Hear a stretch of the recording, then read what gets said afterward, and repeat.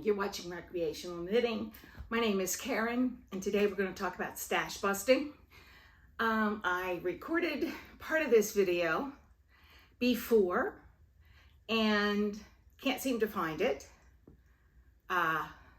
in my editing program. Still looking for it up in the cloud. So if you see me changing outfits, it's because I have found part of this. So hopefully this video is finding you happy, healthy, wealthy, and wise. How's that go? All right, let's see where we're at. We are on this channel going to do two make-alongs, for lack of a better word. Whip Be Gone 2024 is the first. And we're going to take all those little whips that we have and we are going to start to work on those and hopefully get them off our needles. But this video is for Stash Be Gone. And this is working from your beautiful yarns that you've purchased over the years and months in the past. Some of us have inherited some of those, and we'll talk a little bit about that. And yeah, that's what we're going to talk about. Stash Be Gone 2024 is what the hashtag will be. It will be on Instagram and Ravelry, and I hope you join us. The B is not B-E, it's just B. Nobody else is going to misspell that, right? So Stash Be Gone 2024 is the hashtag. The only rules that really apply is that you have to work from stash. There'll be prizes, but you've got to be subscribed to this channel. Now, the interesting part of this is that it can be yarn stash, it can be fabric stash, it can be jewelry stash, it can be stained glass stash, it can be wool felting stash. Whoops, my first attempt. Still does not have eyes. Whatever the craft is that you have that you're starting to feel buried by, that's the stash that you can work down and enter pictures into Instagram or Ravelry if you have a Ravelry account. And there'll be prizes. Not sure what the prizes will be. It will be according to whatever crafter would like to have. And it might be a pattern, it might be a small gift certificate to a shop near them, or it might be something from my stash that goes to them. So those are the rules. I think the last time that I recorded, one of the things that we talked about was ways that we could work down that stash. This is going to address how to get organized. And we did talk about organizing yarn in Ravelry, in a book, such as this, or in an Excel spreadsheet, whatever your comfort level is.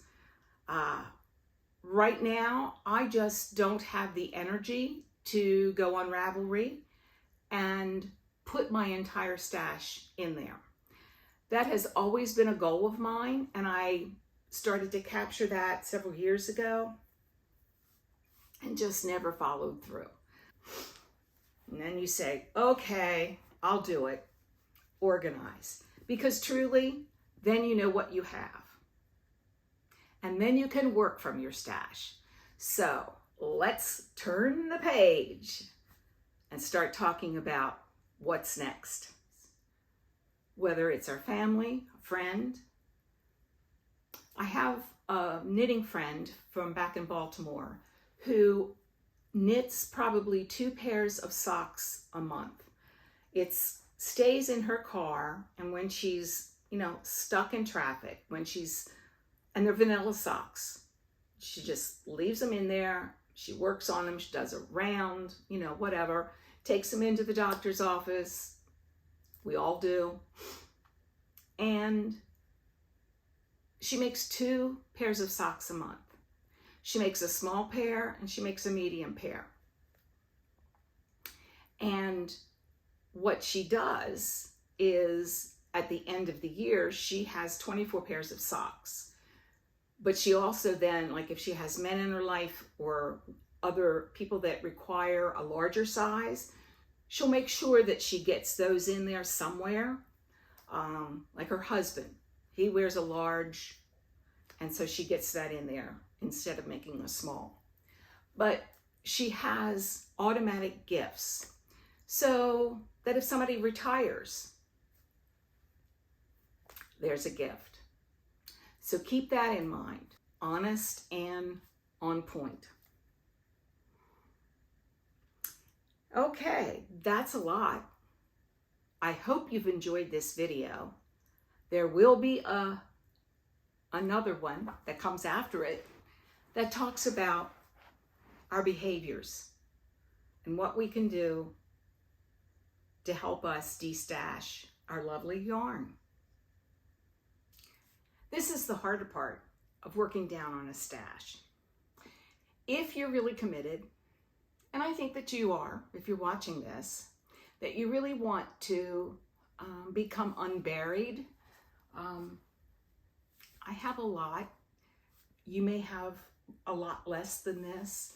You may have more than this. But at some point it feels overwhelming. At least it does to me, and I'm sure I'm not alone. There's lots of things that you can do. We talked about in the first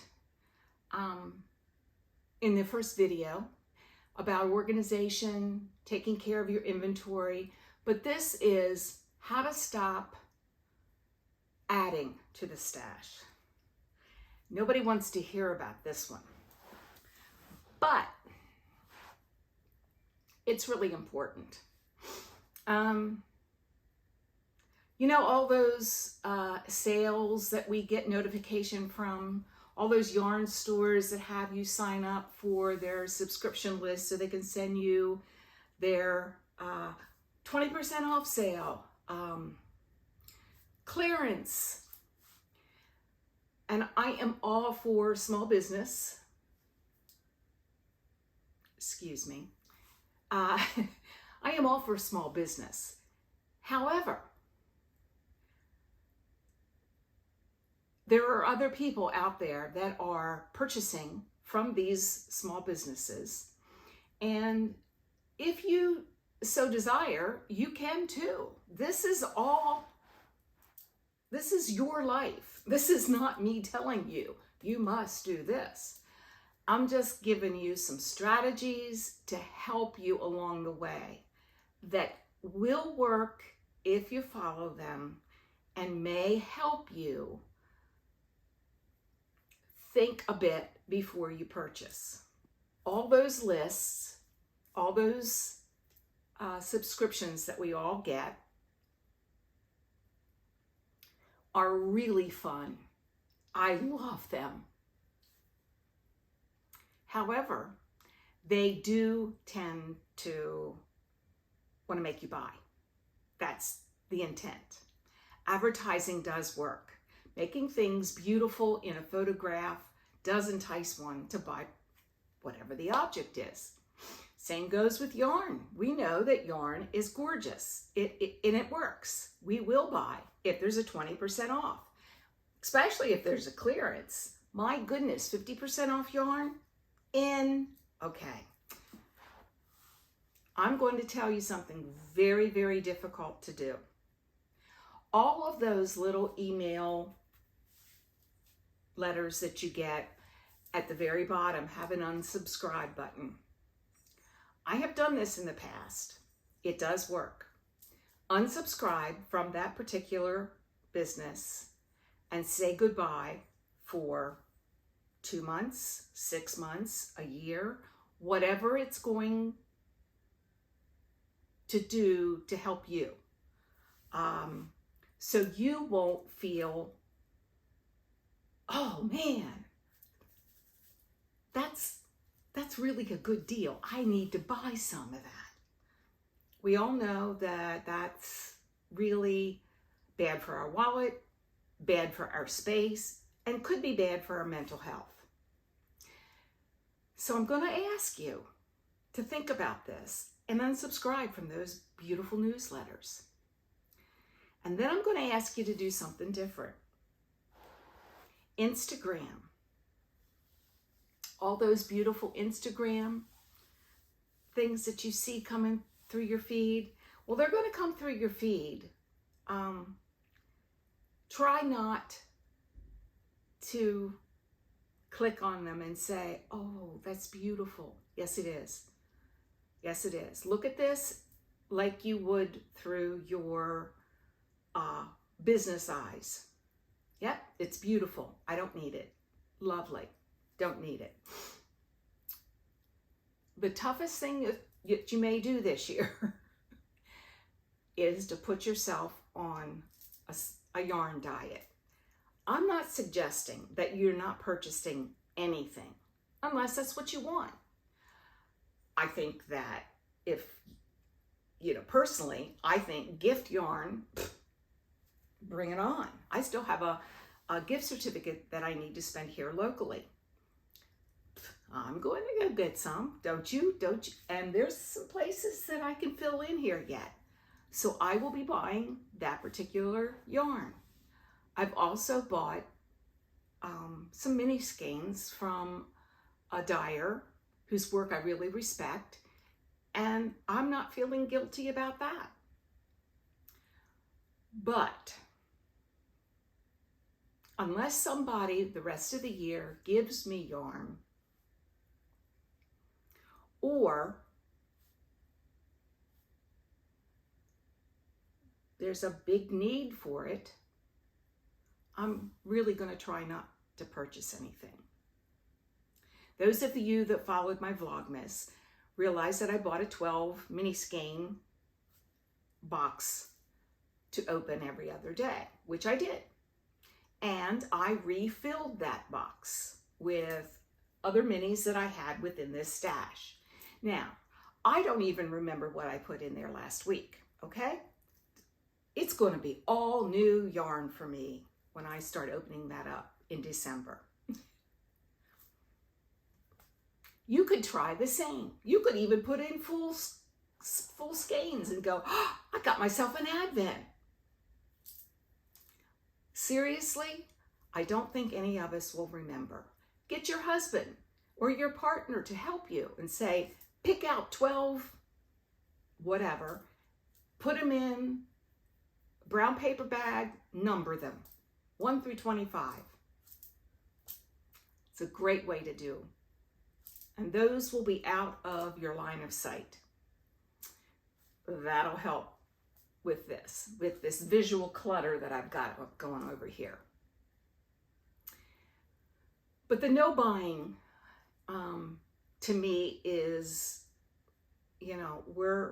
it's capitalism. People need to make a living. I get it. And I do like to support my local small businesses, and any small business that is a dyer, I'm all for it. Doesn't mean I need to do it this year or this month. So if you can take those suggestions, unsubscribe yourself from email, stay off Instagram, all the pretty things that come through, if we can have a resolve and say, no, I really want to get through 5 of my 10 projects that I put in Ziplocs before I'm allowed to purchase something. I think that's reasonable. It's your stash down. It's your rules. I can't make them for you. I'll tell you what my personal ones are. I'm not buying anything until I get 8 of those projects done and half of my whips done. Now, if I don't continue to buy, that's going to take that down significantly. And I will have 4 new sweaters and probably most of my Christmas knitting done. So that's really cool. That will de-stress my knitting. That will de-stress my life. If I have new garments to wear for next year, it's just a plus. I will show you one of the projects that I bagged up this week. And yesterday I spent some time winding that yarn into balls. Here's my bag. Here's my picture of my pattern. It doesn't come out very good because my printer was running out of some ink.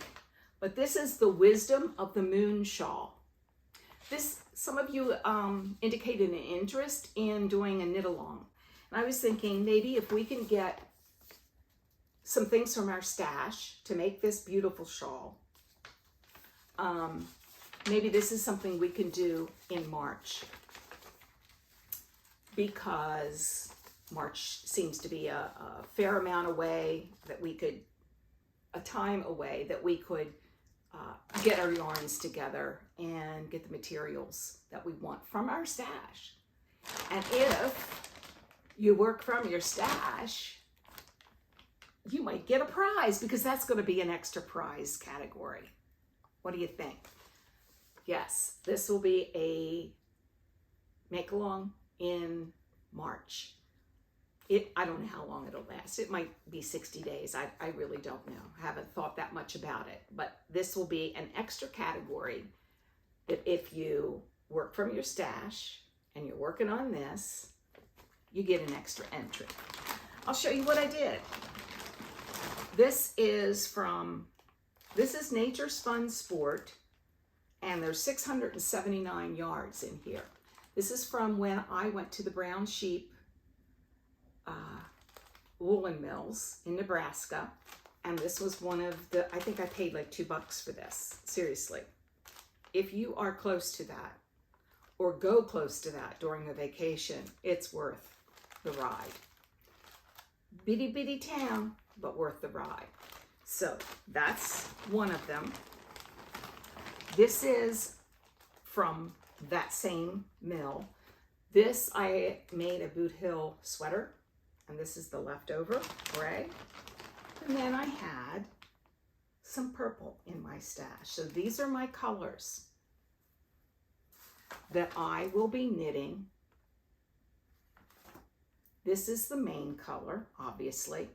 This isn't used much at all. And this is this, I think you only need about, what'd she say? 1 skein. So I've got oodles. So I put those all together yesterday. And oh, here's another, I have 3 of those. And I'm ready to go. I just need to find the needles that go with it.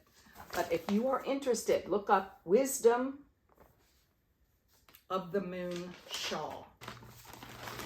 So keep that in mind. There's a project to work on in March.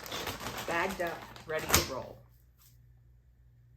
So, what did we talk about today? Not buying, which is hard. I enjoy yarn as a hobby. I've got to stop buying so much yarn. It's not good for the pocketbook, and it's certainly not good for my mental health. I look at this and become like, oh my gosh, what am I going to do? I'm not encouraging you not to buy things that you really want. That's not the goal here. The goal here is that we want to use the beautiful yarn that we have purchased over the years and make something useful for someone else in our lives. I look at this and become like, oh my gosh, what am I going to do? I had to get organized and I have to get knitting. I started one of my 10 projects that I put in my closet. Yesterday I cast on. So I'm starting. What have you cast on that's from your stash? Leave it in the comments below. I hope that you've done some of that. That would be really, really cool to hear. One of the things that comes from my local yarn store here in Ormond Beach, Florida, she sells yarn by the sea. I believe that's the name of it. Anyway, I will put a link down below where I found this sheet. And she has a little thing going, Whack-A-Whip. And it's a little sheet that she's put, and she put the project name, the month, notes, finished or frogged. What did you do with it? So it sounds like she's doing something similar to try to get control of some of these beautiful things that we have already cast on. I'm still working on socks. In fact, I don't know whether you can see that on the camera here. Let me pull this out and I'll probably pull about 6 things off. Yep, there they go. I've gotten one of those finished. I have not blocked it. I just threw it on there, the blocker. But there's one of them. These blockers do not fit. But there's one of the socks that came from my stash. So I've got that finished. Now I just need to finish the second. You can do this. Full confidence that you can do this. And at the end of the year, you're going to look at this and say, you know, this is wonderful. I'm doing really a great job. I'm going to reward myself and buy myself whatever it is that you want. A sweater's quantity of some expensive yarn that you've been dying to try. You know, between now and then, there's going to be at least 40 different yarns that will come out from commercial dyers. I read that somewhere, that usually within a year, there's 40 to 80 new yarns that come out. So try to not buy them, and maybe by the time you're ready to buy them, they'll be on sale. Just saying. Love a bargain. All right, I'm going to leave you with that. This is part 2. Part 3 will be coming up. Knit in peace.